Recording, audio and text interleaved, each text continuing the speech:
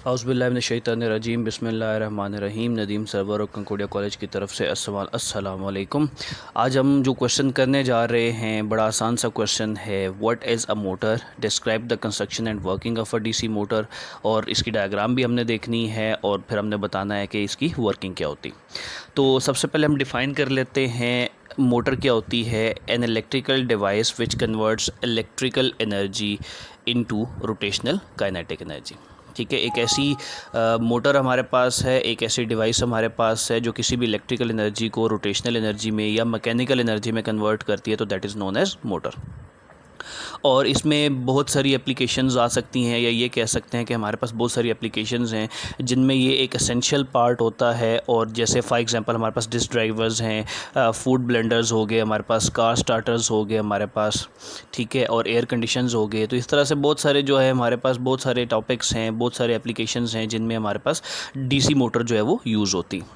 इसकी कंस्ट्रक्शन की बात करते हैं तो कंस्ट्रक्शन में हमारे पास जो है वो 3 मेजर पार्ट्स इसके आते हैं। सबसे पहले एक्सटर्नल मैग्नेटिक फील्ड है, फिर इसका आर्मेचर आता है, और फिर उसके बाद हमारे पास इसके स्प्लिट रिंग्स आते हैं। तो वर्किंग की तरफ चलते हैं। सबसे पहले एक्सटर्नल मैग्नेटिक फील्ड की बात करते हैं। एक्सटर्नल मैग्नेटिक फील्ड क्या है? एक्सटर्नल मैग्नेटिक फील्ड, अगर आप इस डायग्राम को देखो तो ये डायग्राम बड़ी इजीली सबको जो है एक्सप्लेन कर रही है। ये हमारे पास जो है यहाँ पे मैग्नेट है, ये भी हमारे पास जो है वो मैग्नेट है। दो साइड पे हमारे पास मैग्नेट कनेक्टेड है, उसके दरमियान में ये आपको एक कॉइल सी पास होती हुई नज़र आ रही है। फिर इस कॉइल की रोटेशन की जो डायरेक्शन है वो यहाँ पे अगर आप देखते हो तो आपको डायरेक्शन ऑफ रोटेशन जो है वो भी नज़र आ रही है। इसी तरह से आप अगर यहाँ पे देखते हो तो ये जो एरिया है, ये एरिया जो है ये हमारे पास स्प्लिट रिंग्स का एरिया, ठीक है। और फिर इसको आगे हमने बैटरी के साथ कनेक्ट किया हुआ है। क्यों बैटरी के साथ कनेक्ट किया हुआ है? क्योंकि ये डीसी वैल्यू को उठा के तो रोटेशनल एनर्जी में कन्वर्ट करती है। यहाँ पे जो कॉइल रोटेट करेगी और उससे आगे रिलेटेड कोई भी जो चीज़ हम यहाँ पे कनेक्ट कर देंगे इस एरिया में, वो जो भी रोटेट करेगी तो दैट मीन्स कि हम इस इलेक्ट्रिकल एनर्जी को उस रोटेशनल एनर्जी में कन्वर्ट कर रहे हैं, ठीक है। तो सबसे पहले एक्सटर्नल मैग्नेटिक फील्ड देख लेते हैं। एक्सटर्नल मैग्नेटिक फील्ड जो है वो स्ट्रेंथ, किसी भी स्ट्रेंथ बी की जो है उस पर अप्लाई कर दी जाती है। किस तरह से लगाई जाती है? परमानेंट मैग्नेट लगाया जा सकते हैं या इलेक्ट्रोमैग्नेटिक लगाया जा सकता है। इलेक्ट्रोमैग्नेट क्या होता है? एक ऐसा मटेरियल है या डिवाइस है जो इलेक्ट्रिसिटी प्रोवाइड करने से मैग्नेट बन जाता है और इलेक्ट्रिसिटी हटाने से मैग्नेट ख़त्म हो जाता है। नेक्स्ट हम जो है वो आर्मेचर की बात कर लेते हैं। आर्मेचर भी बड़ा आसान सा टॉपिक है। आर्मेचर क्या है? बेसिकली जो पूरे के पूरे जो आपको यहाँ पे अगर आप डायग्राम देखो तो ये जो पूरे का पूरा असेंबली यहाँ पे नज़र आ रही है, this whole assembly is known as armature, ठीक है। इसमें ये आपकी डीसी बैटरी, इसमें आपके ये जो ब्रशेज़ जो होते हैं वो, और इसमें ये सारी जितने भी चीज़ें आ रही हैं ये सारी मिला के जो एक टॉपिक बनता है दैट इज़ आर्मेचर, ठीक है। तो in an electric motor and armature made up of many loops mounted on a shaft और एक्सेल। शाफ्ट और एक्सेल, ये जो सेंट्रल यहाँ पे पोर्शन आपको नज़र आ रहा है इसको हम शाफ्ट बोल रहे हैं या फिर इसको हम एक्सेल बोल रहे हैं, ठीक है।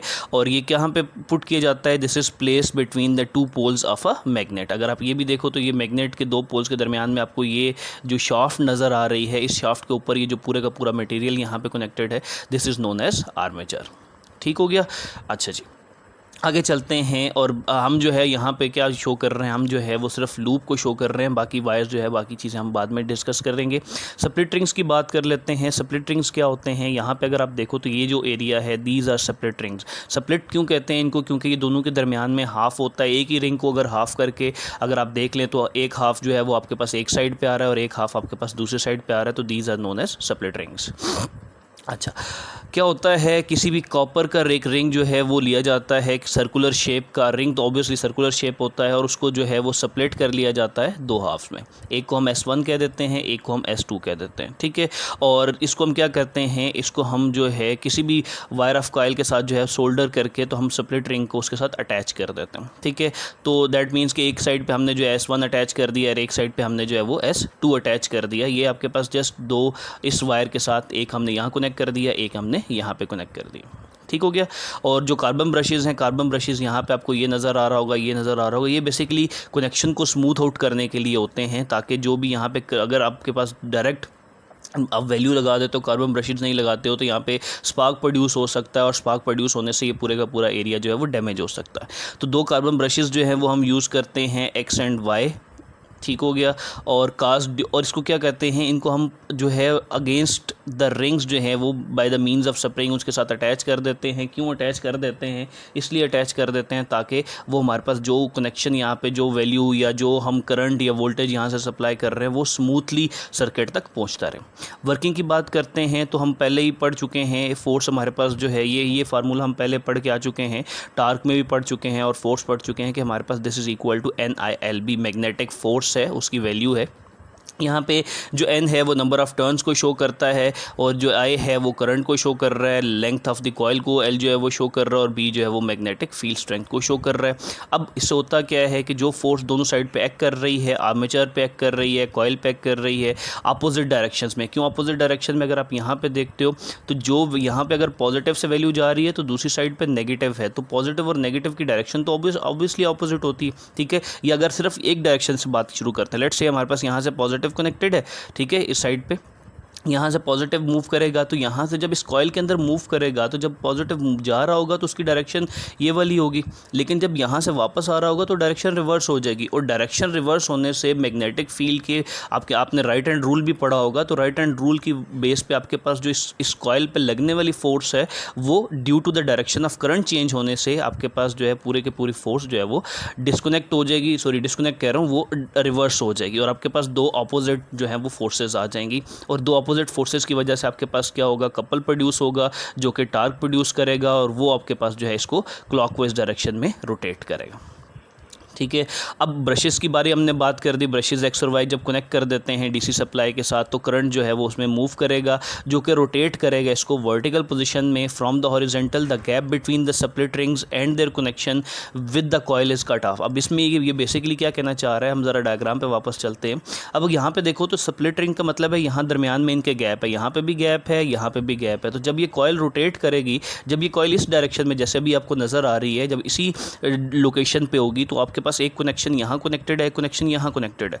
लेकिन जब जैसे ही इसमें करंट हम मूव करवाएंगे, जब ये रोटेट करेगी तो जब ये इस हॉरिजॉन्टल से उठ के वर्टिकल लोकेशन पे जाएगी तो यहाँ पे जो गैप है उन दोनों के दरमियान में गैप में आ जाएगा। तो उस टाइम पे ये कॉइल इसके साथ कनेक्टेड नहीं होगी, ठीक है। कॉइल कनेक्टेड नहीं होगी तो क्या होगा कि आपके पास उस टाइम पे उसके ऊपर कोई टार्क एक्ट नहीं कर रहा होगा, लेकिन जो उसको पहले हमने फोर्स लगाई, जो उसके पास इनर्शिया था, वो इनर्शिया की वजह से अपना सर्किट जो है वो कंप्लीट करती है। और इसी तरह से जो है वो आगे बार बार जो अपना नेक्स्ट जो आगे जैसे ही वो अपना सर्किट कंप्लीट करेगी तो दोबारा जाके वो कनेक्ट हो जाएगी ब्रशेस के साथ, ठीक है। और स्प्लिट रिंग दोबारा से जो है वो एक्स के साथ जो है वो कनेक्ट हो जाएगा और S2 जो है वो वाई के साथ इसी तरह से कनेक्ट हो जाएगा।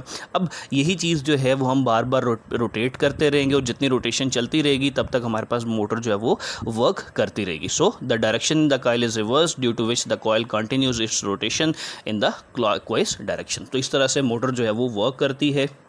ये कंप्लीट हमारे पास जो है डीसी मोटर की वर्किंग थी। उम्मीद करता हूँ कि आपको ये समझ में आ गई होगी। अगर इसकी में से कोई चीज़ समझ नहीं आई तो आप वीडियो को रिपीट करके देख सकते हो और अगर फिर समझ नहीं आती तो आप बता सकते हो। नेक्स्ट वीडियो तक के लिए अल्लाह हाफ़िज़।